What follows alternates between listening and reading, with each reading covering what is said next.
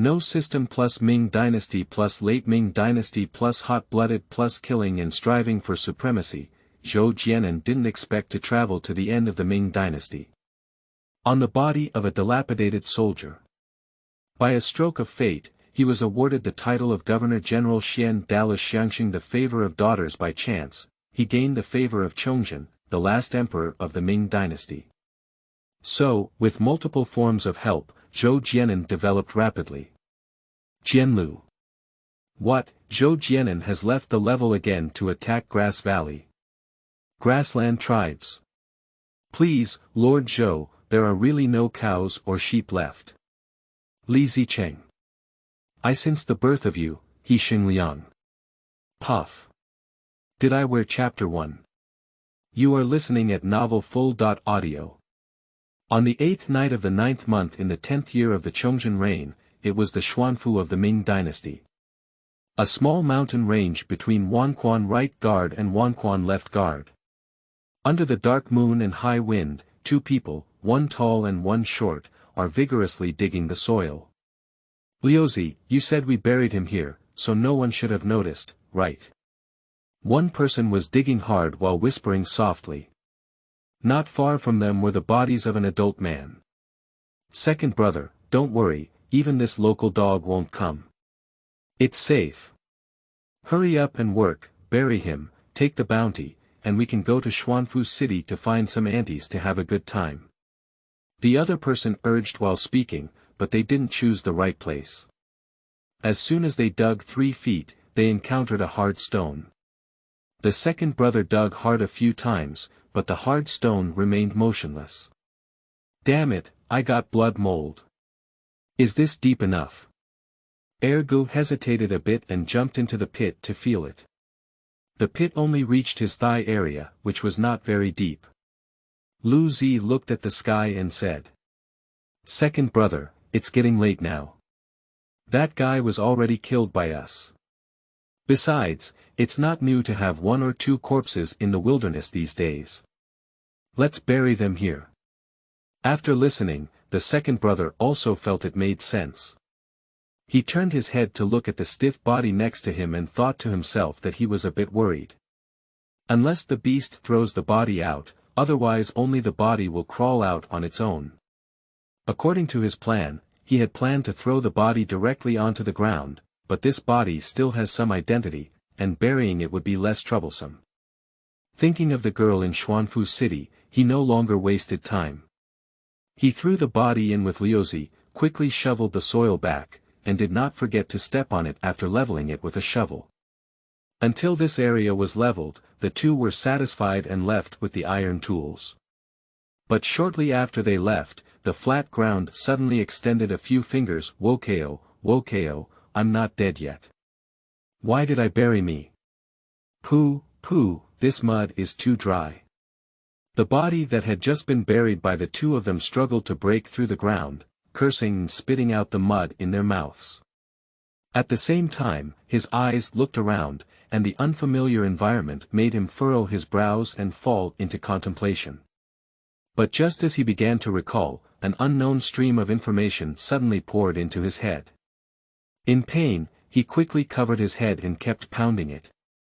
In no time, the pain suddenly disappeared, and he suddenly opened his eyes and looked around in surprise. Is this the end of the Ming dynasty? In the 10th year of Chongzhen?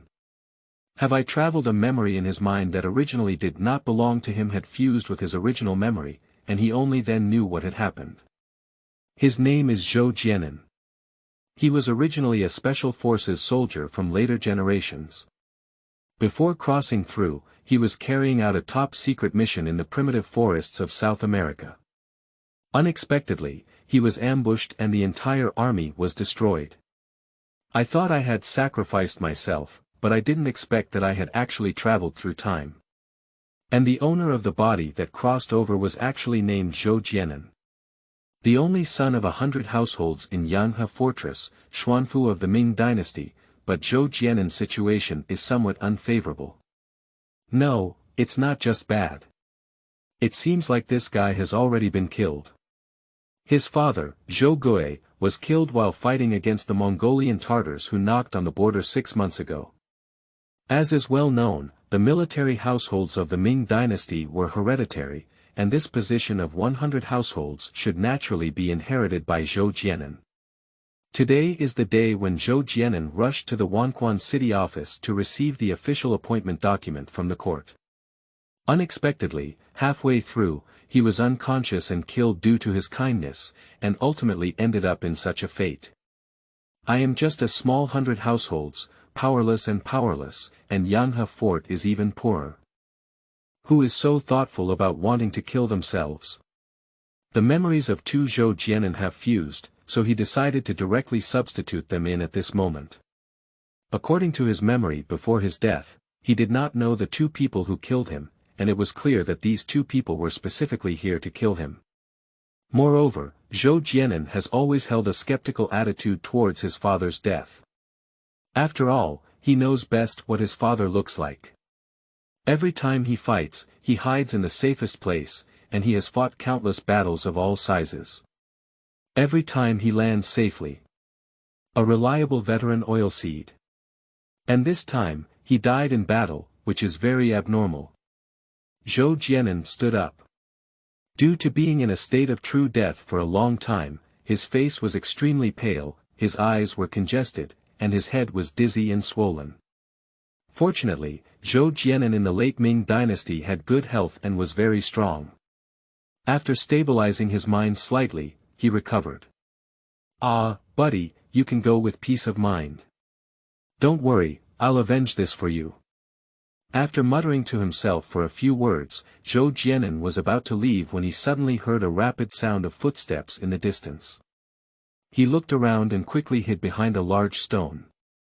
In no time, two black figures walked over quickly. "Liuzi, you bastard, what's wrong with dropping the silver? If we hadn't discovered it early, this job would have been in vain. Second brother, don't be angry. When digging a pit, isn't it impossible to let go? I'll just put it aside and bring it back." These two people are undoubtedly the ones who just buried Zhou Jian'an. Listening to their voices, Zhou Jian'an's eyes were cold and he clenched his fists. He was so familiar with the sound. During the day, the two of them pretended to be on the same road and boarded Zhou Jian'an's donkey cart. Taking advantage of Zhou Jian'an's unpreparedness, they drugged him in the water and ultimately killed him directly. Zhou Jian'an was worried about how to find them, but he didn't expect the two of them to come knocking on their own. Touching his body, the ancestral sword is no longer there. It must have been taken away by two evil thieves who killed him. Zhou Jian'an picked up a stone casually and held it tightly in his hand. At this moment, the two of them also walked to the place where Zhou Jian'an had just been buried. Liuzi was holding a small lantern and finally found a small bundle. He quickly picked it up with a smile on his face. He was about to invite credit when he suddenly felt a pain in his neck. He quickly reached out and touched it, and a warm liquid spurted out in an instant. The person called Gu was standing behind Lu Zi with a knife shining with cold light, with a sinister smile on his face. On the tip of the knife, bright red blood dripped incessantly. "Liuzi, don't blame me, brother. I can't help it anymore. The temptation of these silver coins is too great. In the next life, I will be your ox and horse." The bundle containing silver fell uncontrollably, and Liuzi tightly covered his neck with both hands, trying to stop the flow of blood. At the same time, he looked at Urge with a pleading expression, but all of this was in vain. In no time, Liuzi slowly fell down, and the second brother snorted coldly before picking up the bag. There was a lot of blood on it, but he didn't care at all. He turned around and was planning to dig another pit to bury Lu Zi. However, in his spare time, there seemed to be something wrong with the place where Zhou Jian'an was buried. The second brother's face showed confusion. Just as he was about to go over and take a look, he heard a sound coming from behind. His eyes suddenly widened, and he turned around.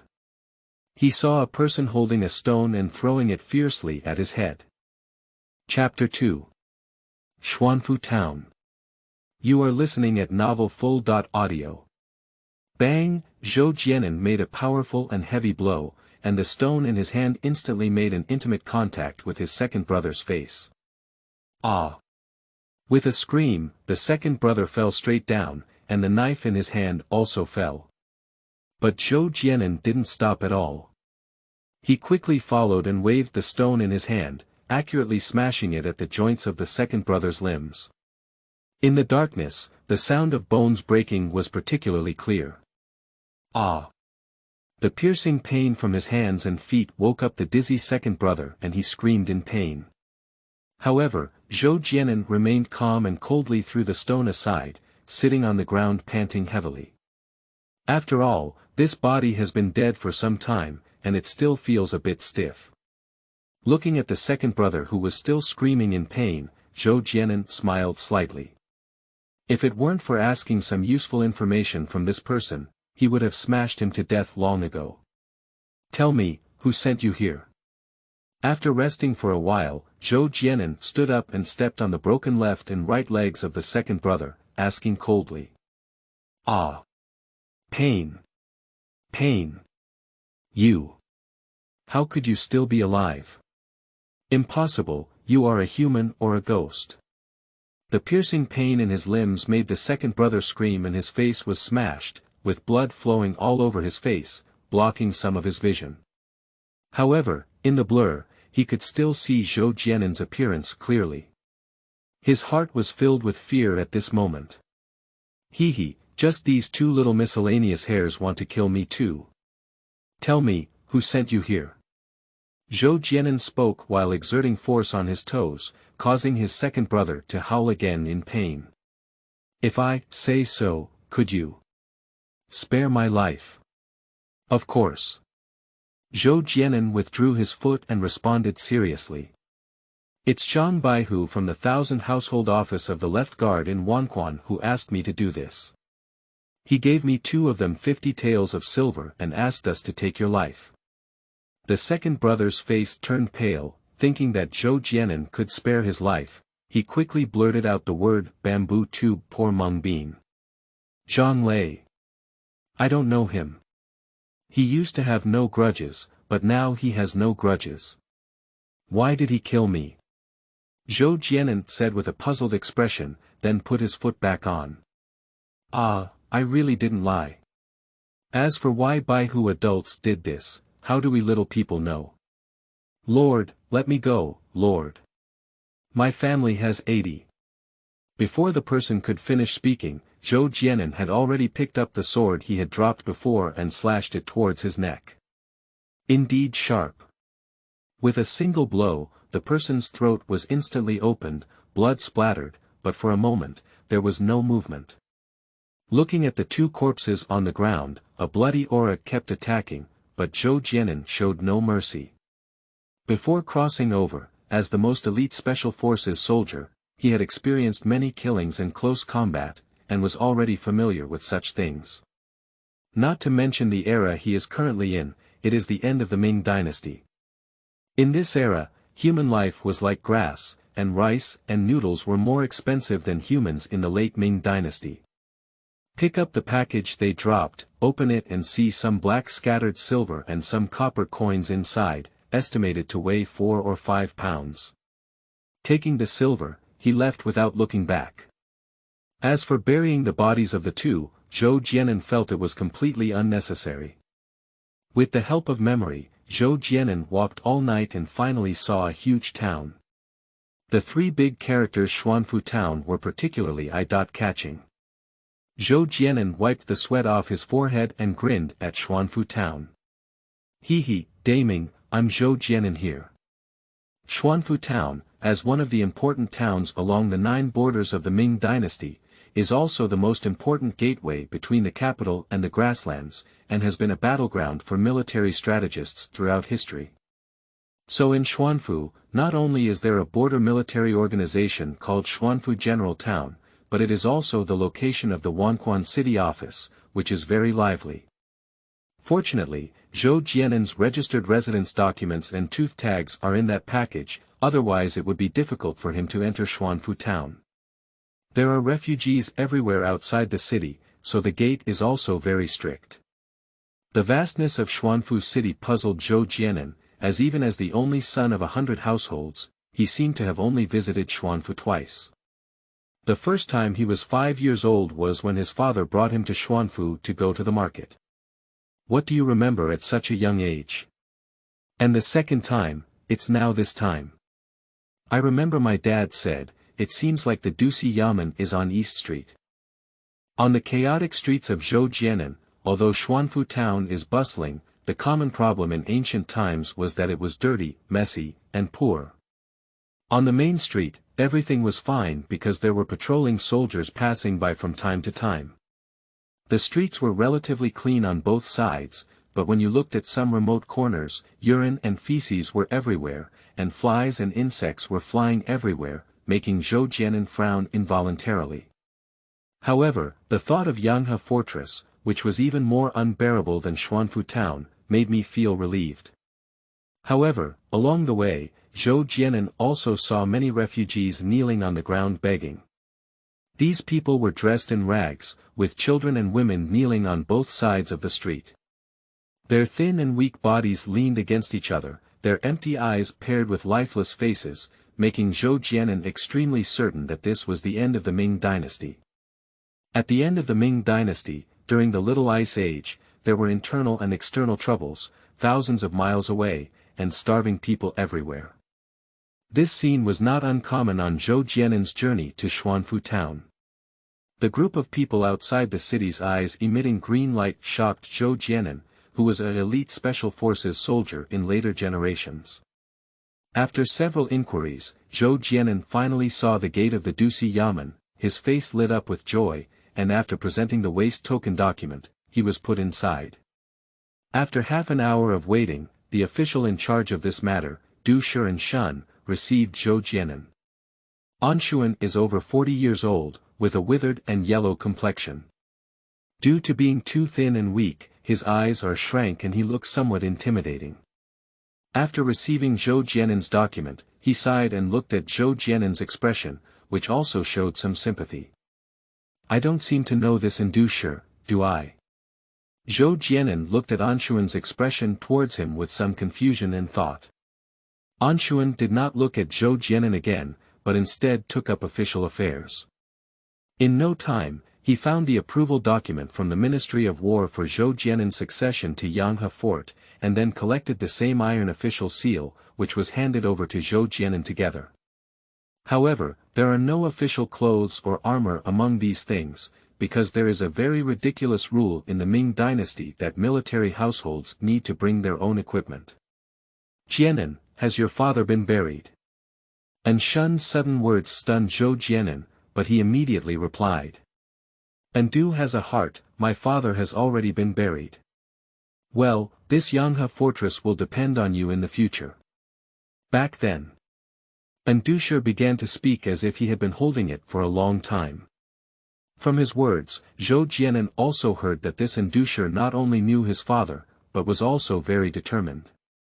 After speaking non-stop for 15 minutes, Xuan stopped because of his dry mouth.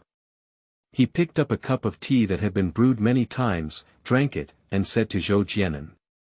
Jian'an, if you have anything in the future, you can come to Xian Mansion to find your Uncle An. Although Uncle An is just a small matter, at least we are also people from the metropolitan government, and we still have a bit of an old-fashioned face. Xuan had already said this, and Zhou Jian'an quickly bowed respectfully to Xuan. After thinking for a moment, he slowly said. Uncle An, do you know Zhang Lei? Chapter 3. Buying Slaves. You are listening at novelfull.audio.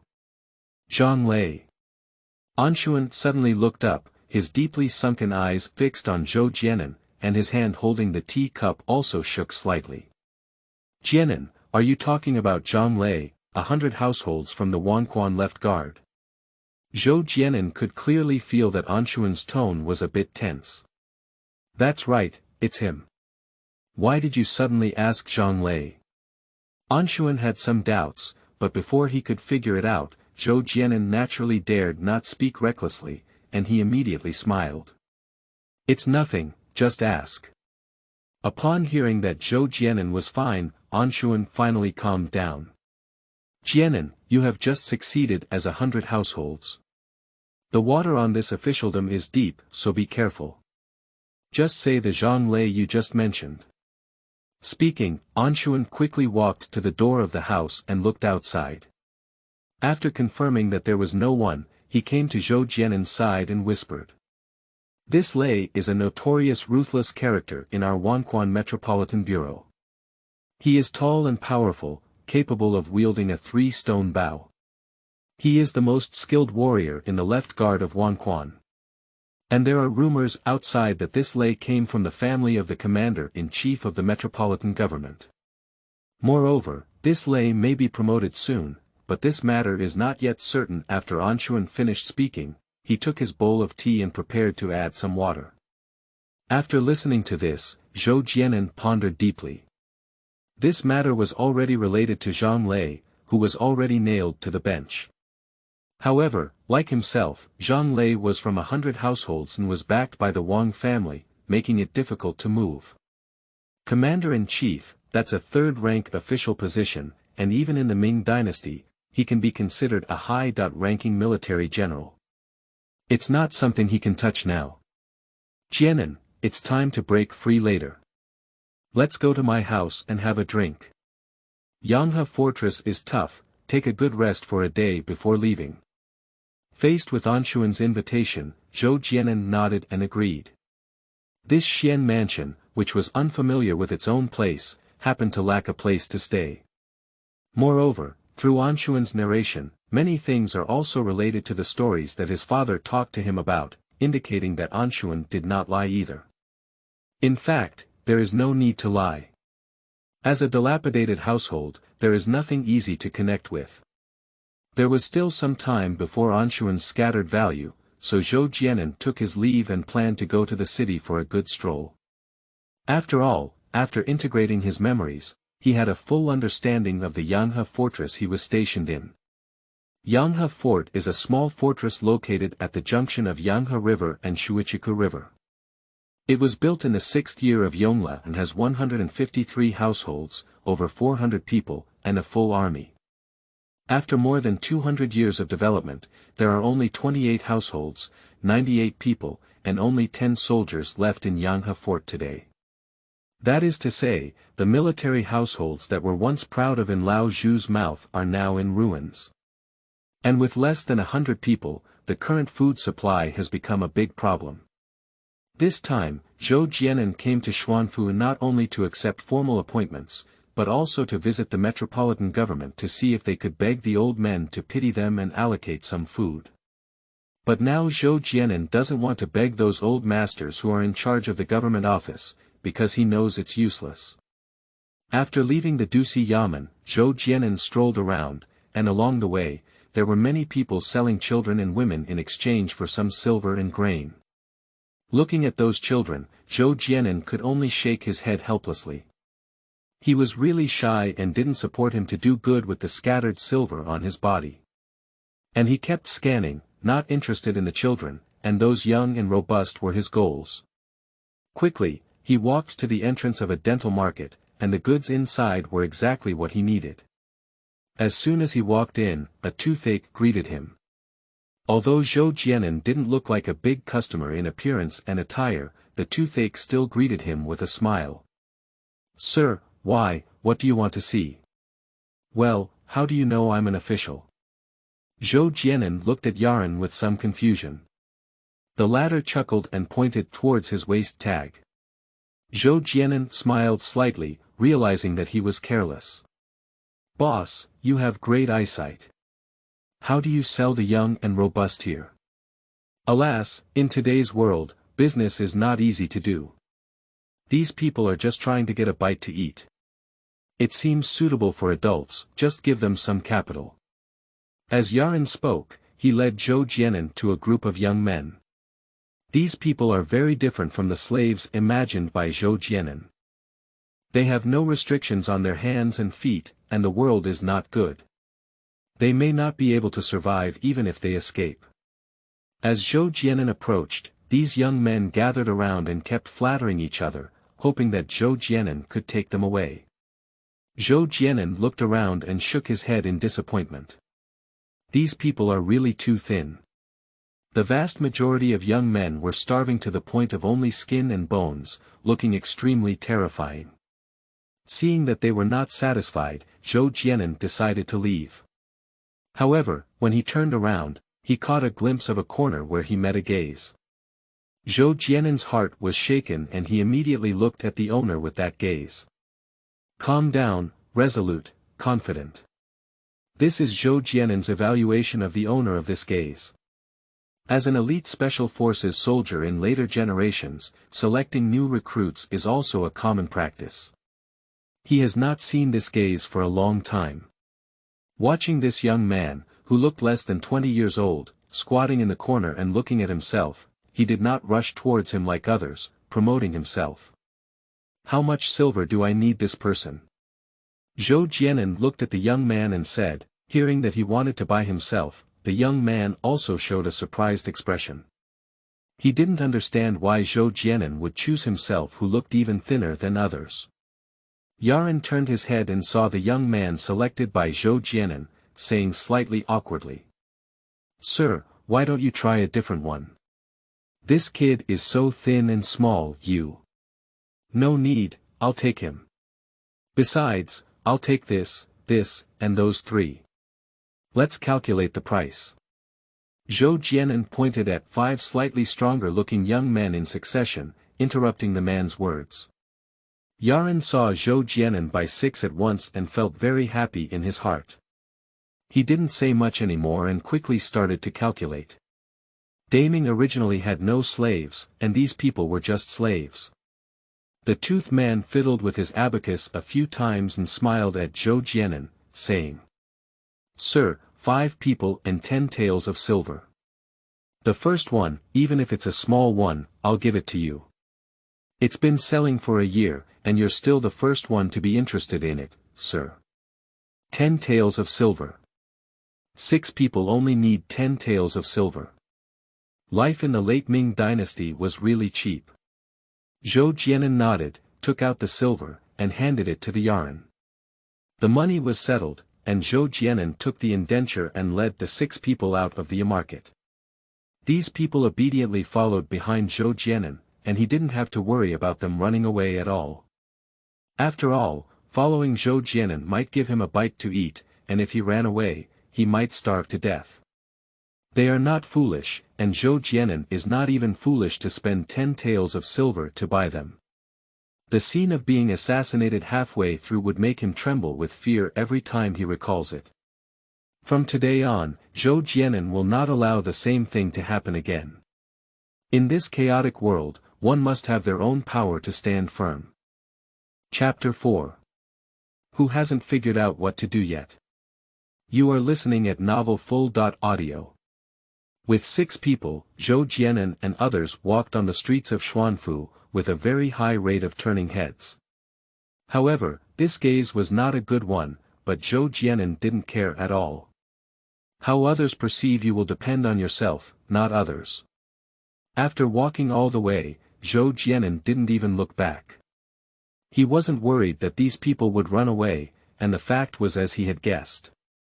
These 6 people closely followed him, maintaining a distance of nearly 1 meter. And the thinnest and weakest person was the same, gritting their teeth and struggling to follow. Soon, Zhou Jian'an turned into a restaurant. The 6 of them were stunned and stood outside the restaurant, feeling a bit lost. Although this restaurant is not considered luxurious, it is not something that slaves like them can enter. In the midst of hesitation, Zhou Jian'an walked out again. Let's go, have a full meal first, then let's talk about other things. The 6 of them looked at each other, while the thinnest man took the first step forward and walked into the restaurant. Seeing this, the few of them also slowly walked in. Let's go, let's go, let's go. Dogs are so blind, don't even look at what this place is. As soon as a few people walked in, the staff of the restaurant rushed over in a hurry and drove the crowd away. Zhou Jian'an suddenly coughed twice. Why, isn't this a restaurant here? Don't let anyone eat yet. The guys just noticed the existence of Zhou Jian'an. Among the few people, only Zhou Jian'an was dressed relatively normally, but that was only relative. In the eyes of the guys, Zhou Jian'an was almost no different from them. Eating, look at your appearance. I'm afraid I haven't seen the appearance of white rice for many years. Can you afford to eat? Let me tell you, this is Xuanfu town. Don't cause trouble here. The patrol soldiers outside are not vegetarians. The guy spoke and even pouted towards the outside, with a very obvious warning expression. A dog's eye looks down on a person. Go, bring your score. Zhou Jian'an didn't pay any attention to him, but took out 2 taels of silver from his arms and smashed it directly onto the table. The waiter saw the silver and his face changed instantly. He quickly stepped forward to pick up the silver, carefully identified it, and immediately put on a cheerful smile. Oh, I am blind. Sit down. You can sit down. I will take it right away. The waiter enthusiastically spoke while taking the recipe. There was a shortage of food in the north, and the food on the menu was even more expensive than meat. However, Zhou Jian'an did not hesitate and ordered a few vegetarian dishes and a few meat dishes. However, there are few options for meat dishes in this era, and in the area of Xuanfu, due to its proximity to grasslands, lamb is not lacking. In addition, I ordered a large bucket of white rice and 20-course mantou, which are rare things. 6 people sat around the table, not daring to move, their eyes fixed on Zhou Jian'an because they couldn't believe it. From purchasing them until now, Zhou Jian'an seems to have not said a word to them except for just being outside the door. During the gap between waiting for the dishes, Zhou Jian'an closed his eyes. He had to drive all night last night, and also suffered some trauma before, which made Zhou Jian'an very tired. In the 10th year of the Chongzhen reign, the economy in the north was already on the verge of collapse, so it was quite rare for people to eat in restaurants at this time. However, every person who enters the restaurant to eat will look shocked at Zhou Jian'an and others. When did the beggar even have money to eat in the restaurant? Zhou Jian'an and others didn't pay much attention to the eyes of these people. In no time, the food was served, but the 6 of them sat upright, staring intently at the food on the table, drooling. Zhou Jian'an still closed his eyes, and without his words, these people dared not move. The aroma of the food is really irresistible, not to mention those who have been hungry for a long time. One of them couldn't resist. He wiped his saliva, looked at Zhou Jian'an out of the corner of his eye, and saw that he didn't respond. He grabbed a rough mantou and began to eat it. The clicking sound made the other 6 people drool, but they still didn't take action. They would take a look at Zhou Jian'an and the delicious food on the table. Until the man finished eating the rough mantou in his hand and reached out to take another one, a bright cold knife fell on his neck in an instant. Fear fills the whole body. Take the last one and walk out on your own. The man raised his head slowly in fright, just caught Zhou Jian'an's eyes, shivered all over, looked at the mantou he caught, and sweated cold. Big. Big, the little one is wrong. The little one dares not dare anymore. Please give the little one another chance. The little one can be either a cow or a horse, big one. The person said pitifully, shaking his head coldly. He clearly knew what Zhou Jian'an meant, but if he went out, where could he go? Alone, one will eventually starve to death. I'll count 3 times, and if you don't leave, I'll cut this knife. 1. 2. Before he could say 3, the man grabbed a coarse mantou and ran out. The other 5 people watched this scene and their eyes widened. Sir, if he doesn't leave, I'm sure you won't really take action. Among the 5, the thin and young man suddenly spoke out. Zhou Jian'an glanced at him and nodded. It was he who didn't grasp it himself. Remember, from now on, you can only listen to my words and do whatever I ask you to do. Don't worry, follow me, you no longer have to worry about food and drink. Let's eat. What was waiting for was Zhou Jian'an's words. As soon as they finished speaking, the 5 of them wolfed down their food. As for chopsticks, they were just decorations in their hands, which couldn't compare to the speed of getting started directly. Zhou Jian'an didn't eat because he had to go to Anshuan's house for dinner later. And just like them, the food was stained with a lot of saliva and stains. Although Zhou Jian'an could eat it, it didn't mean he was willing to eat it. 2/4 of an hour later, the 5 of them were very full and couldn't walk anymore. After resting for a while, Zhou Jian'an settled the bill and finally walked out slowly. At this moment, there had already been a significant change in the way the few people looked at Zhou Jian'an. At least that hint of fear could not be hidden. They all agree that if the number of people just reached 3 and didn't leave, Zhou Jian'an would not hesitate to strike. Zhou Jian'an's gaze made them shudder. Arriving at the gate of the Dusi Yamen, Xuan was only 15 minutes away from being able to earn points. Zhou Jian'an looked at the few people, all over their bodies, dilapidated and dirty. Standing closer, a smell of cow and horse dung came out. Give you an hour to go to the ditch outside the city and wash yourself clean, then come here and wait for me. A few people were once again surprised by Zhou Jian'an. Is he really not afraid of us running away? They looked at each other, and the skinny guy also asked with a surprised expression on his face. Sir, aren't you afraid that we'll run away? Hee, I ran away. It's your loss, not my officials. The 5 of them were taken aback by the words, and then the skinny one bowed to Zhou Jian'an first, leading a few people towards the outside of the city. Zhou Jian'an also looked at their figures and nodded secretly. In the chaotic era of the late Ming Dynasty, what Zhou Jian'an needed were reliable subordinates. If these people ran away, Zhou Jian'an would not regret it. However, through his previous methods, Zhou Jian'an firmly believed that these people would never run away. After a while, Anshuan walked out of the Dusi Yamen and took Zhou Jian'an's hand, walking towards his own home.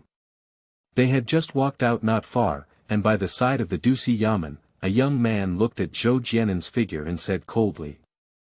Useless Zhang, I can't handle such a small matter. Chapter 5.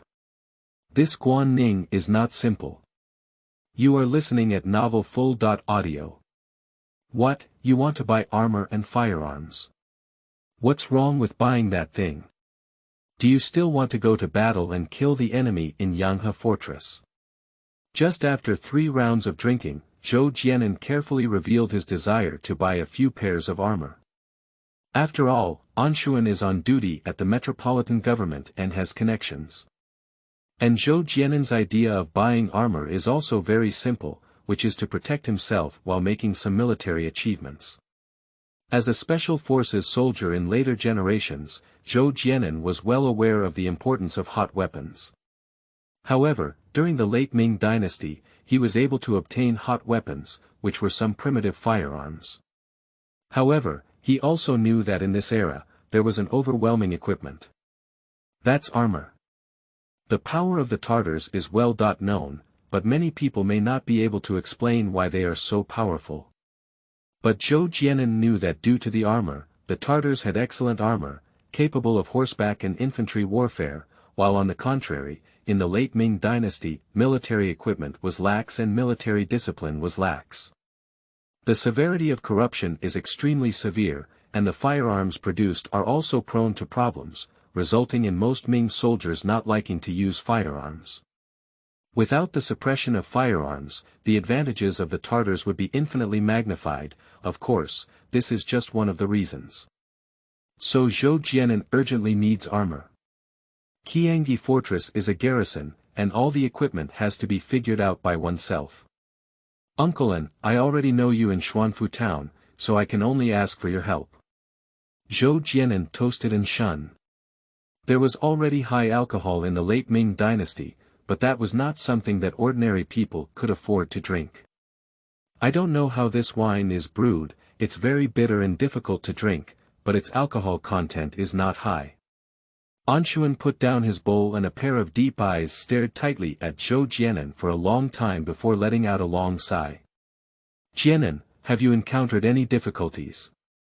If you trust Uncle, just tell him. Although Uncle N is not a high-ranking official, he can still provide you with advice and advice. Zhou Jian'an shook his head. He didn't even know who was involved in this matter, and he didn't want to implicate Anshuan.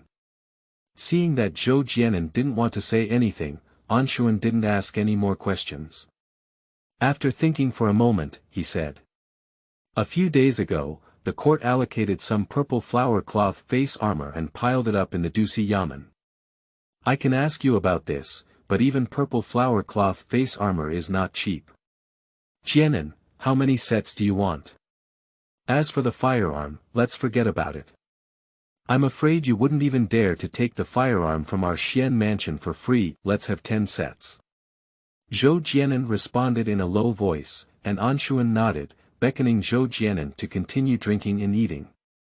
The purple cloth armor mentioned by Anshuan is a type of dark armor and also a type of light armor, weighing about 20 pounds. And the armor that looks very powerful is Ming armor, weighing around 40 to 50 pounds, with extremely strong protective ability. Even if this kind of cloth armor is not cheap, it costs 5 taels of silver. Although he snatched more than 50 taels of silver from 2 assassins, plus the 50 taels of silver left by his father for his wife, he only has 100 taels of silver at best. Previously, I spent 10 taels to buy slaves, 1 or 2 taels of silver to eat, and I still have 40.3 taels of silver left in my hand. Uncle N, I don't have enough silver on me. Can you ask if I can owe it for now? Don't worry, as soon as I return to Yanghe Fort, I will have someone bring it back. It's okay, the person in charge has some connection with your Uncle N. Besides, your little boy's Uncle N is not for nothing. Don't worry. With Anshuan's words, Zhou Jian'an felt at ease. After all, he planned to exchange all the silver in his hands for food, as the people of Yanghe Fort had not had a full meal for a long time. Anshuan's home is actually not in Xuanfu City, but in Dongjiazhuang, Baoan Prefecture, where only Anshuan and an old slave reside. After finishing their meal, the two of them rested for a while. At the last moment, Anshuan then led Zhou Jian'an towards the Dusi Yamen. As soon as they arrived at the entrance of the Dusi Yamen, the 5 people who had been waiting for Zhou Jian'an for a long time welcomed them. You are waiting outside. After Zhou Jian'an finished speaking, he followed Anshuan towards the inside. Soon after, Zhou Jian'an called a few more people in to help move things. 10 sets of purple cloth armor, along with 10 goose feather swords, 3 yuan opening bows, 500 refined iron arrows, some gunpowder, and so on, filled a whole large wooden box. Later, Zhou Jian'an brought a carriage and carried the weapons up, then walked towards the rice shop in the city. The carriage was borrowed by Anshuan, and it will have to be returned when the time comes. At the beginning of the Xiansheng era, a group of people slowly walked out of Xuanfu City, carrying a full load of things, and headed towards Yanghe Fort. Although Anshuan left Zhou Jian'an to rest for a day before leaving, Zhou Jian'an was worried about Yanghe Fortress, so Anshuan did not leave him. On the way, Zhou Jian'an also learned about each of the 5 people through questioning.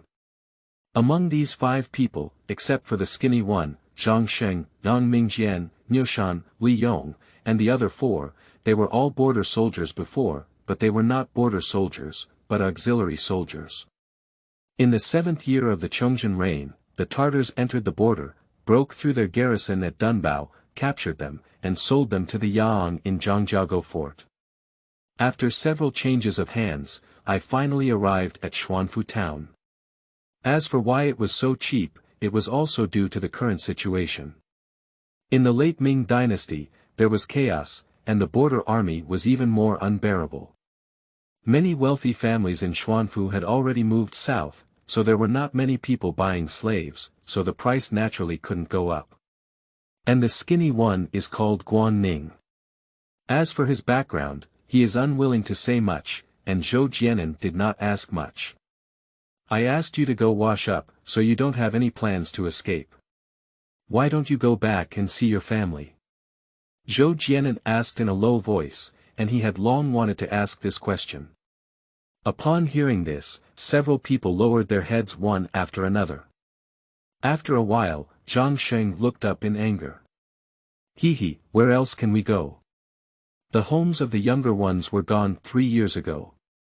Adults, the younger ones have also followed many adults. The younger ones can see that you are different from them.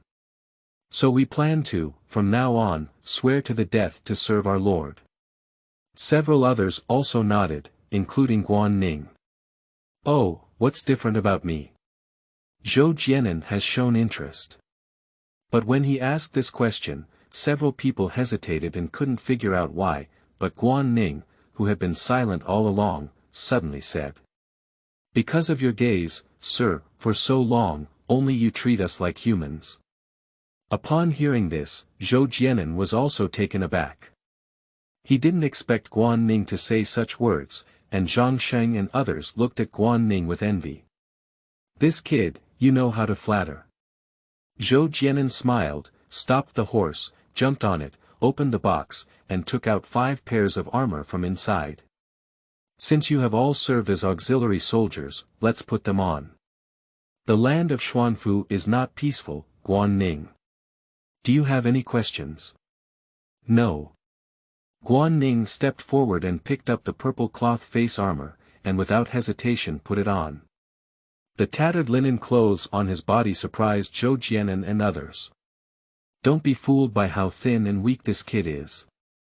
After taking off his clothes, he is so strong.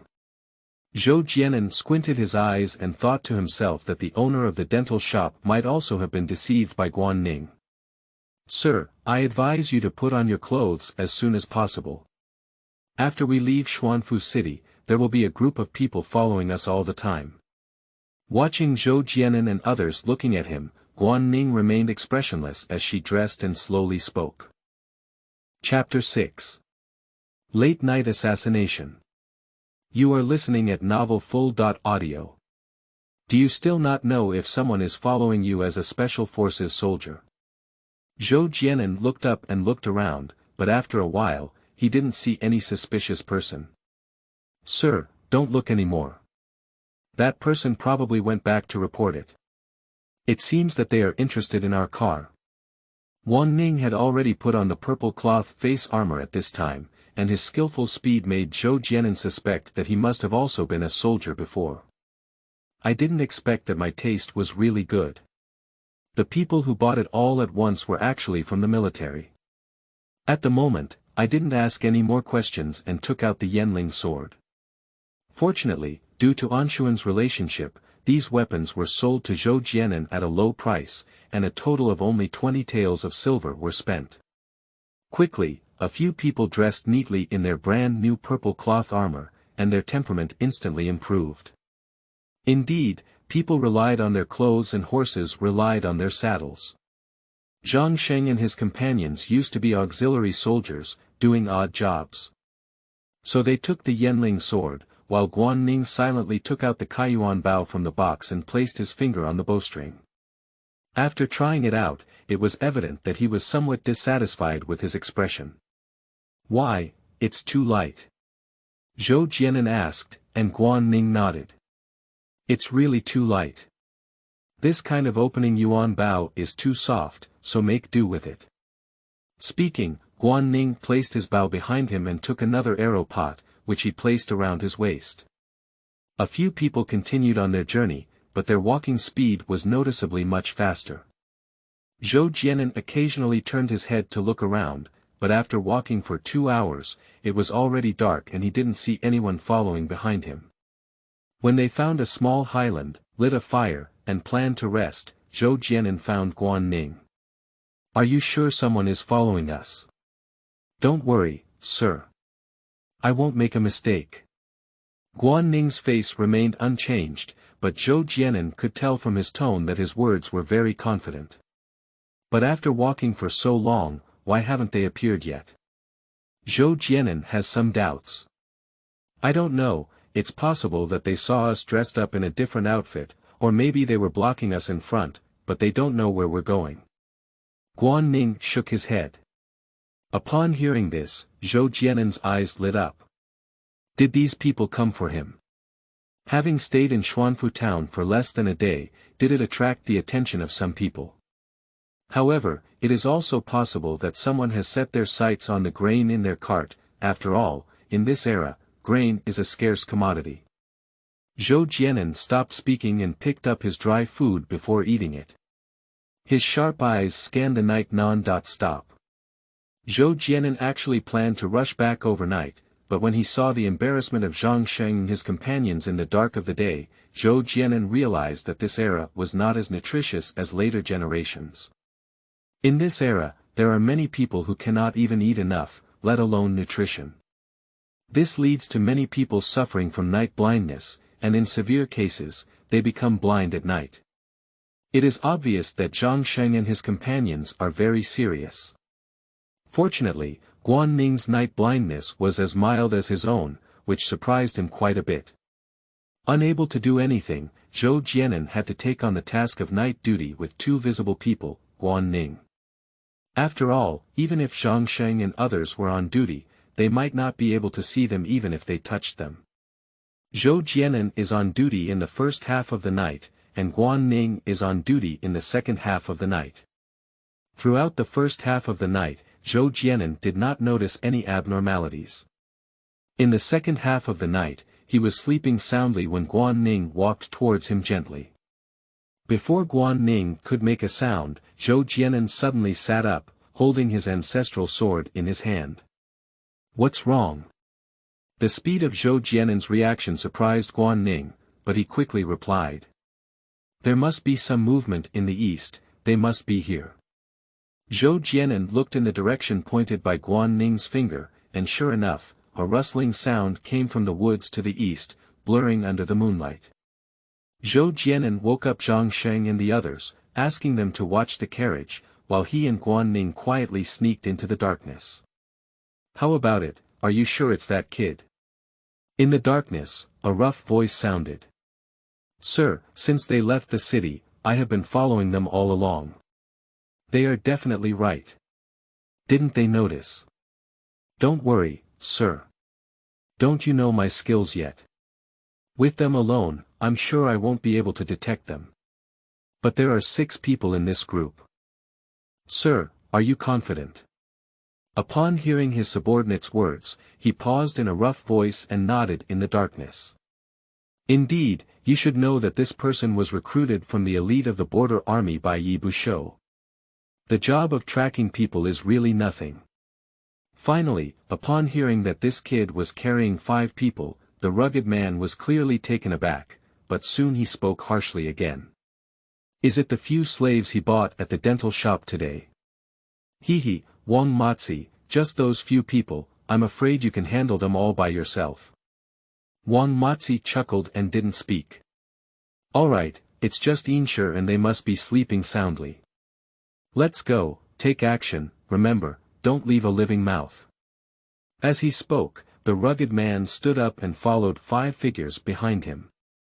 With the rugged man, there were a total of 6 people. As they continued to move, there were occasional faint sounds of collision emanating from their bodies, which were somewhat noticeable in this dark night. As the distance advanced, the rough mining voice paid no attention at all. He tightly grasped the handle of the knife in his hand and looked at the distant fire, his eyes unusually cold. Whoosh! Suddenly, an arrow shot towards him, and the rough man instinctively dodged. The arrow instantly brushed against his face, leaving the hand behind him with less luck and directly hit in the chest. Due to the excessive force of the arrow, it tore through his armor and pierced into his flesh. Ah! A scream echoed throughout the night, and before everyone could react, another arrow shot through. Another subordinate was caught off guard and hit in the chest again. And these 2 arrows happened almost instantly, until the second person was hit by the arrow, and the rough man finally realized it. "Damn it, there's a master, come on, come on." As he spoke, he charged towards the direction of archery with his knife in hand. However, as soon as he took 2 steps, Zhou Jian'an suddenly jumped out of the nearby dry grass pile and struck the rough man's chest with a powerful and heavy sword, colliding with his breastplate and making a loud, clang-clang sound. The knife that Keji was determined to get had no effect, and the rough and crazy man reacted quickly. He easily swung a knife towards Zhou Jian'an, which was even stronger than Zhou Jian'an's knife. Zhou Jian'an couldn't avoid it and was struck in the chest with a knife. The blade instantly broke open the armor and flew Zhou Jian'an away, but fortunately, the quality of the cloth armor was decent. Although it broke through, Zhou Jian was not injured. The three people behind the rugged man reacted extremely quickly and directly surrounded Zhou Jian'an. Zhou Jian'an flipped over and suddenly a crossbow appeared in his hand. He aimed it at anyone and pulled the trigger. Chapter 7. Smooth Killing. You are listening at Novel Full.audio. Whoosh in the dark night, the crossbow arrow shot out instantly and hit a person with precision again. Although the person was wearing leather armor, at such a close distance, ordinary leather armor could not stop him. The refined iron arrow easily pierced through the leather armor and hit the person's waist. With a scream, the person covered the wound and fell down. Dog thing, there are really two brushes. Wang Matzi, what are you waiting for? If you don't take action, we'll all die. Almost in front of each other, I lost 3 people on my side. The rugged man's face was full of disbelief. When did Zhou Jian'an become so powerful? After shouting at his subordinates, he then chopped towards Zhou Jian'an. With the release of Zhou Jian'an's crossbow and arrow, he took advantage of the gap in their days and flipped over from some distance. The rough and crazy man's knife cut straight into the air. And the one behind him, named Wang Matzi, had not yet waited for the rough man's command. At some point, a bow and arrow appeared in his hand, and he shot 2 arrows in the darkness. Quickly, there was a clanging sound, and Wang Matzi's face lit up with joy. Before he could speak, he cautiously moved some distance to the left. In almost an instant, an arrow feather brushed against his shoulder and flew over. With this arrow, Wang Matzi was so shocked that his entire back was completely cold. However, if his reaction slowed down by a second, he was afraid that this arrow would hit his neck. And with all his armor, except for the neck, which was the weakest, he could never survive with such a powerful arrow. And another big man, at this moment, also rushed to Zhou Jian'an's side and joined forces with a rough man to fight with him. Zhou Jian'an struggled to respond, although in later generations, he was outstanding in both capture and combat, as well as marksmanship and shooting. But after all, this is the end of the Ming Dynasty, and I have only occupied this body for about a day, so it is inevitable that there will be a lot of discomfort. And these 2 people in front of him, each move was powerful and heavy, with deadly knives and knives. For a moment, Zhou Jian'an only had the ability to parry and had no ability to fight back. When? After blocking the rough man's powerful and heavy sword, Zhou Jian'an's hands became numb and the 2 knives collided, making a crisp sound. This collision unexpectedly caused the rough man's sword to break from the middle of the sword, and the suddenly broken blade tip flew towards Zhou Jian'an. However, Zhou Jian'an did not dodge at all. Instead of advancing, he retreated and rushed forward against the tip of his sword, cutting back at the approaching person with 1 strike, and then once again slashing towards the rough man's chest with 1 strike. At the same position, the force of this knife is much greater than that one. Kill! Zhou Jian'an let out a roar, and the blade struck fiercely. The crisp sound of his armor breaking was clearly audible. Ah! How could? Possibly. After breaking through his chest armor with a big knife, he entered the rough man's chest with a lingering aura, accompanied by the sound of a broken sternum and the rough man's painful moans. During this process, the flying blade also made a cut on Zhou Jian'an's right ear, revealing deep bones and blood flowing. Upon seeing this scene, the person who had originally planned to sneak attack Zhou Jian'an was frightened and turned pale. He actually ran away with his legs out of his wits. And Wang Matzi was also startled. In a moment of panic, he was shot on the shoulder by an arrow from a distance, and with tremendous force, he knocked him off the ground without moving. Guan Ning, don't let him run away. Zhou Jian'an rushed towards the rough man while shouting loudly into the darkness. Don't worry, adults. We can't run. In the distance, there was a faint response, a swish of arrows, and the dull sound of falling to the ground came with it. At this moment, the rugged man endured the pain and stumbled towards the east. Zhou Jian'an chased after him fiercely and kicked him over, pressing him down. He pressed the blade against the rough man's neck, and with a gentle force, a bloodstain appeared on his neck. Tell me, who sent you here on earth? Pooh, you lowly bastard dared to kill me. The entire Yanghe fortress will be buried for you. The rugged man looked at Zhou Jian'an's fierce expression and said loudly without any fear. Watching the rugged male dead pig not afraid of boiling water, Zhou Jian'an casually wiped his right ear. With this touch, his hands were covered in bright red blood. No, in the dark, the blood looks dark. Hee, do you think I don't know if you don't say it? It was Zhang Lei who sent you here, right? Zhou Jian snorted coldly and placed a support on the rough man, wiping away the blood from his hand. Sure enough, as soon as he finished speaking, the rough man widened his eyes in surprise. You! How could you know?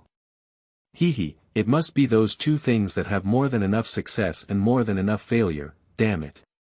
Hee, even if you know, what's going on? Mr. Zhang will be promoted to 1,000 households right away. Compared to you, a shabby 100 households, it's better than just 1,000 points. Kid, wait. The rough man suddenly burst out laughing twice, then fiercely swiped his neck towards the blade, and hot blood flowed out along his neck. The rough man kept spewing blood out of his mouth, and due to his trachea being cut, he could only keep swinging and holding his neck, making a clicking sound. Sir, it's no use asking him. His whole family is in someone else's hands, and I think he might say it. Guan Ning walked over with a bow and arrow, casually pulling a piece of cloth from a corpse and wrapping it directly around Zhou Jian'an's head. Due to the deep wound and Zhou Jian'an's intense exercise, the blood around his ears kept flowing. Zhou Jian'an pressed his hand on the wound and sat on the ground, panting heavily. You have good archery skills. When you go back, teach me. Looking at Guan Ning who was examining the body, Zhou Jian'an squinted his eyes and said with a smile. No problem. As Guan Ning examined the lives and deaths of these individuals, he responded that almost every corpse he passed by would have his weapons taken away before conducting an inspection. With such professionalism in mind, Zhou Jian'an exclaimed that he had met Bao. At the same time, I became even more curious about the origin of Guan Ning. Suddenly, a corpse suddenly stood up and ran with its legs raised. Zhou Jian'an was startled and was about to pursue when Guan Ning had already raised his bow and arrow. You know my archery very well, take another step and take your dog's life. Guan Ning loudly said to the person who was running away in the distance. Upon hearing this, the person stopped and indeed did not run anymore. Grandfathers, there are grievances and debts. The younger one is just someone who follows orders. There is an 80-year-old mother in my family, and there are. Shut up, come here.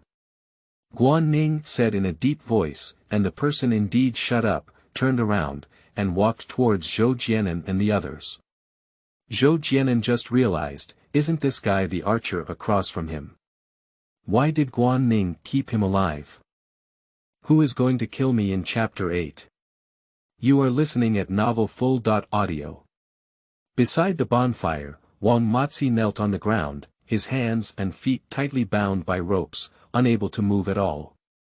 In front of him, Zhou Jian'an sat upright on the carriage, while Xiangsheng was applying medicine to the wound on his head.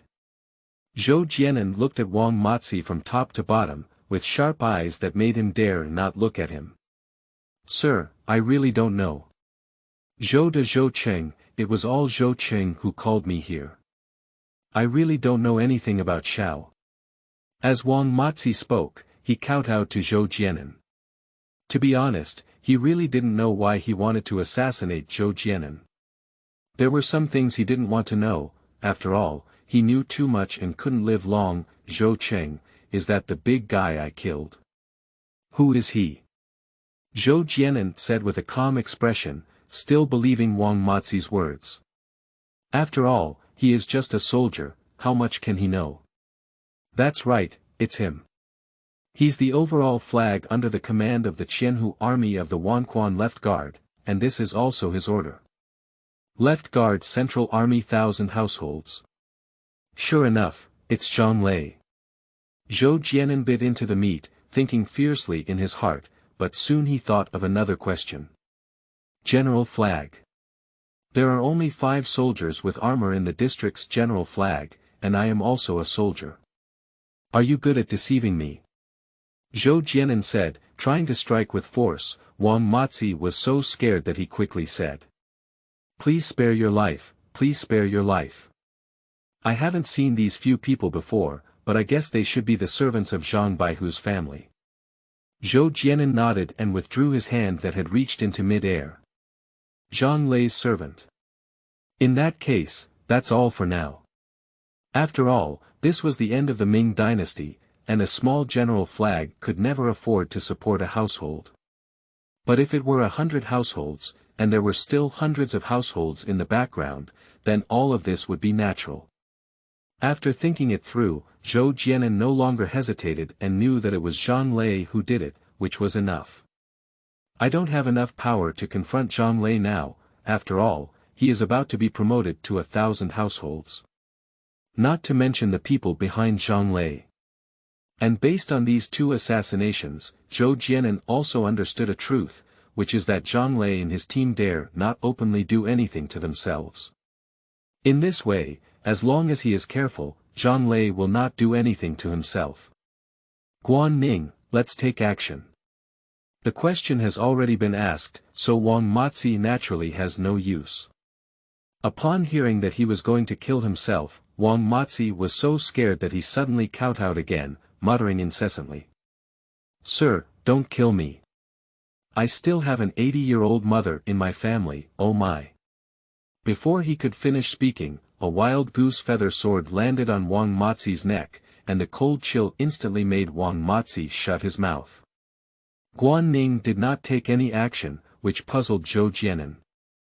However, he remained silent and watched quietly. Since you have family and children, if you go back alone, Zhang Lei will let you go. The families of those who died will let you go.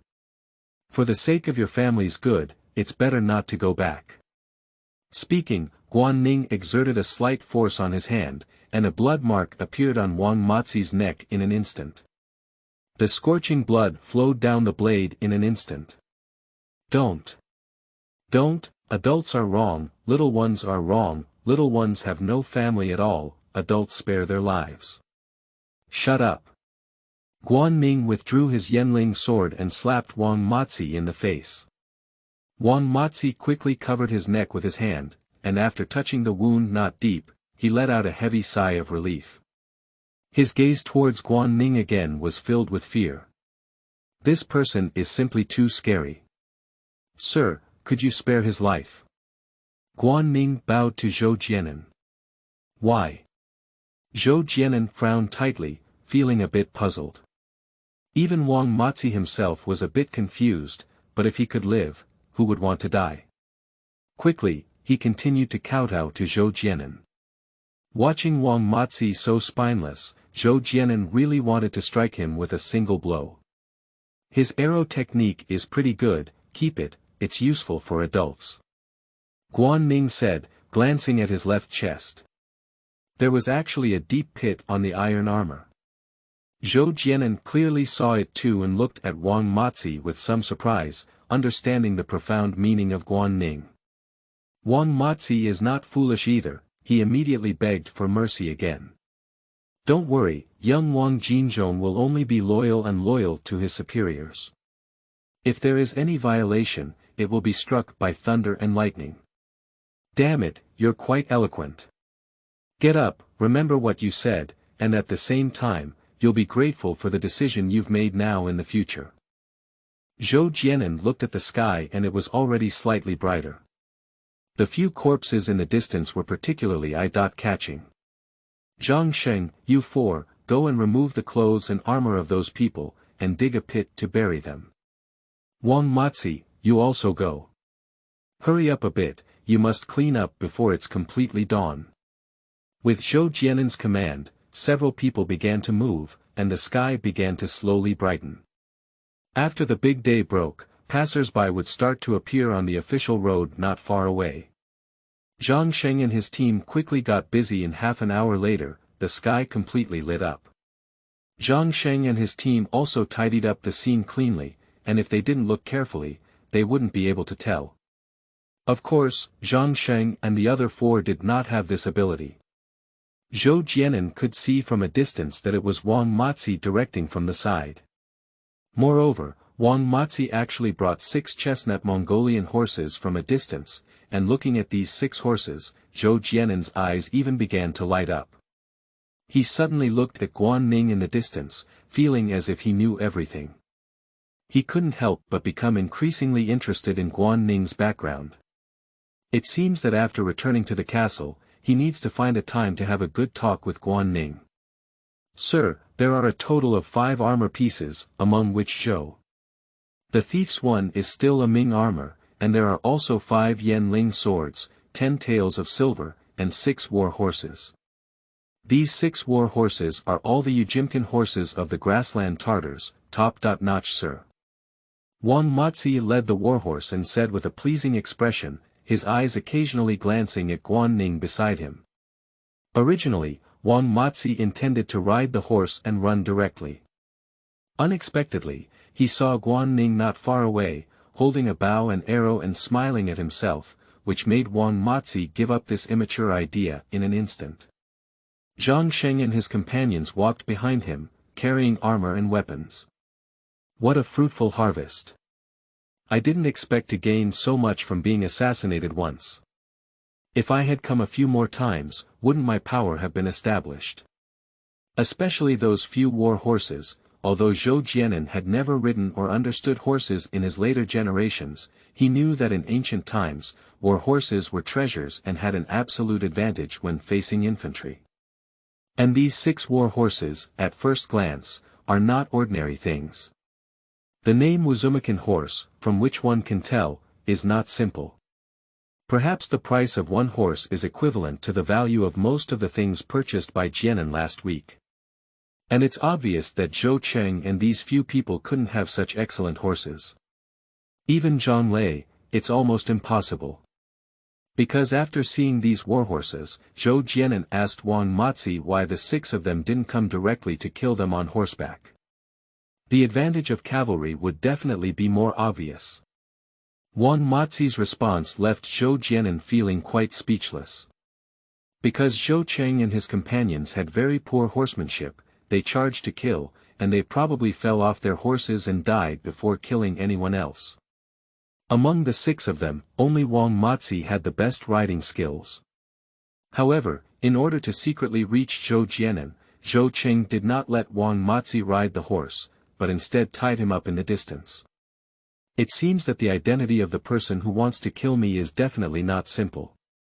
How on earth did I offend them, at the cost of such a large sum of money? Zhou Jian'an shook his head, very puzzled.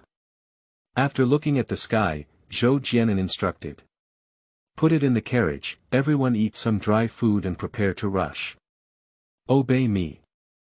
A few people answered in unison, while Zhou Jian'an looked at the warhorses and pouted, as if he didn't know how to ride a horse. In the courtyard of Zhanglei, 1,000 households in the east of Xuanfu city, he was standing in front of a young man in disheveled clothes, hanging his head and afraid to speak. Why, Zhou Cheng hasn't come back yet. That boy is a bit anxious. Young master, don't worry. Perhaps Zhou Cheng and his team have been delayed on their way. Don't worry, Zhou Cheng and his 6 companions are all armored.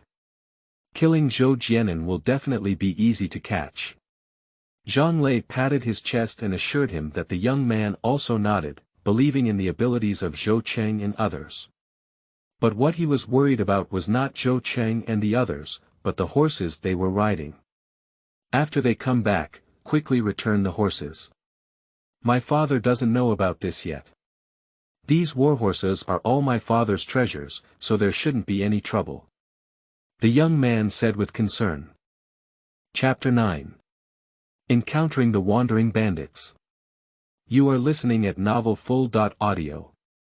Yangabayo, the intersection of the Yanghe River and Shuiguku River in Xuanfu, should have been a land with abundant water and grass, and vast hectares of fertile land, but now it appears so desolate.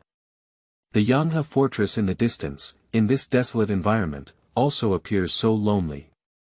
Yanghe fortress was first built in the 21st year of the Jiajing reign. It was a military garrison built to guard against the northern Tatars, and was used as a military base during farming and wartime. And Yanghe fort, originally belonging to Wanquan left guard Huqian Husua, but because its territory happens to be at the junction of Wanquan right guard, it is usually okay. With the food produced by Yanghe fort, Wanquan left guard has always enjoyed its success. Admit that Yanghe fort is under its jurisdiction.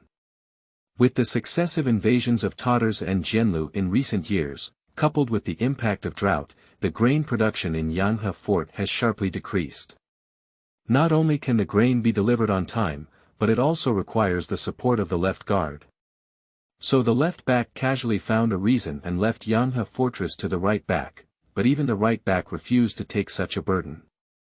As a result, Yanghe fortress became the kind of territory that was left unattended in later generations. To the southwest of Yanghe fort, there is a hill. Due to its proximity to Yanghe River, the forest on this mountain is also very dense. However, there are few fresh leaves on the dense trees, which are bare and swaying lonely with the wind. Under these trees, 3 young men from Yanghe fort are searching for wild vegetables. Brother Liang, at first glance, there is no green in this forest. Are you sure there are still wild vegetables? And Xiangsheng looked around and asked. Although this is a forest, it has long been favored by the hungry people many times, and most of the food that can be eaten has been dug up. Yeah, Brother Liang, we've been here a lot on weekdays and haven't seen anything to eat. Let's hurry back. I heard there's a group of bandits around these days, and Brother Jian'an hasn't returned yet. We need to be careful. Mao Shisheng has a relatively short stature, and long-term malnutrition has left him skinny and bony. Don't worry, I know there is a lot of white-haired grass. Chapter 10. Killing Thieves. You are listening at Novel Full.audio. The sharp-nosed monkey's cheek was suddenly hit by a bow and arrow and fell to the ground. In an instant, all the bandits were frightened and afraid to move. The bolder ones looked towards the spot where the bow and arrow came from, which instantly made their legs weak and their bodies tremble uncontrollably. Run, the official army is here, run. Oh my God, there are even armored officers and soldiers nearby. Brothers, the wind is tight, let's talk. I don't know who shouted a few words, but the bandits instantly became chaotic. They no longer cared about Zhou Liang and the 3 of them, and ran around wildly. Zhou Liang and the others were even more puzzled. Is there any official army nearby? Suddenly, I heard the sound of horse hooves coming from afar, and everyone looked up. In the distance, Zhou Jian'an, Guan Ning, and Wang Matzi galloped towards this place on war horses. Guan Ning and Wang Matzi were faster, both holding bows and arrows in their hands. However, Zhou Jian'an's skills were too unfamiliar, and he could only reluctantly follow behind, tightly pulling the reins without any unnecessary movements. Yes, Brother Jian'an. Mao Shisheng's face turned pleasantly surprised. Lord Baihu has finally returned, but who are these 2? Zhou Liang has some doubts. Jian'an brother is back, we have help now. Kill the thief. And Xiangsheng picked up the sharp-mouthed monkey cheek with a simple knife and roared, killing the bandits without any fear. And those bandits are also panicked at this moment, because in the gaps between their runs, more and more bandits are hit by bows and arrows, almost every arrow is fatal. Kneel down immediately to avoid death, otherwise shoot directly. Wang Matzi let out a loud roar, and the bandits who had long been scared out of their wits knelt down on the ground, constantly kowtowing and begging for mercy. There were 3 bandits who did not believe in evil. Not only did they not surrender, but they also increased their speed. Then, 3 piercing arrows sounded, instantly taking them away. Now, all the bandits quieted down. This is too accurate. Mao Shisheng watched the entire process and swallowed a mouthful of water in shock. These 2 people are a bit terrifying, especially the small-looking cavalry, they are even more terrifying. Outsiders watch the excitement, while insiders watch the tricks. Although Zhou Liang may not be considered an expert, as one of the few medical apprentices in the military, he has also served in the army. He is not uncommon to see elite soldiers in the army, but this is really the first time he has seen someone so powerful. Quickly, the 3 of them rode horses and rushed over. Guan, Ning and Wang Matzi gathered the bandits together, while Zhou Jian'an gasped for breath. Dog day TV dramas are harmful to people. Every time they watch TV, they ride happily and only then do they realize that riding horses is also a physical activity. Zhou Jian'an secretly cursed, saying that because equestrian skills are not good, he must be fully focused, holding the reins in his hand, and tightly clamping his legs onto the horse's belly, all of which require a lot of physical strength. Didn't I tell you before I left not to leave the castle without permission? Zhou Jian'an looked at Zhou Liang and the others and said seriously. Brother Jian'an, we are really hungry and panicked. Thinking that this place is close to the castle, Brother Liang said there is food here, so we came. Mao Shisheng lowered his head, while Xiangsheng was now quiet. He held his simple sword tightly, with some blood stains on it, indicating that he had also achieved something. By who adults, it's not good for the small ones, and the small ones are willing to be punished. Zhou Liang said awkwardly. Zhou Jian'an glanced at him and sighed helplessly. Zhou Liang was not originally from Yanghe Fortress, but stayed there due to some miscellaneous matters. And doctors were already treasures in this era, so Zhou Jian'an's father agreed to let him stay. Alright, we'll talk about it when we get back to the castle. You guys stay on the side for now. As Zhou Jian'an spoke, he arrived among the bandits.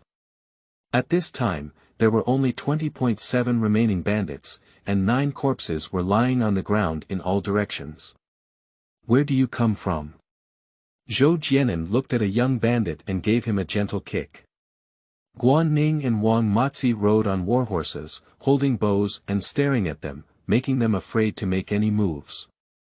Lord Hui, we are all from Datong.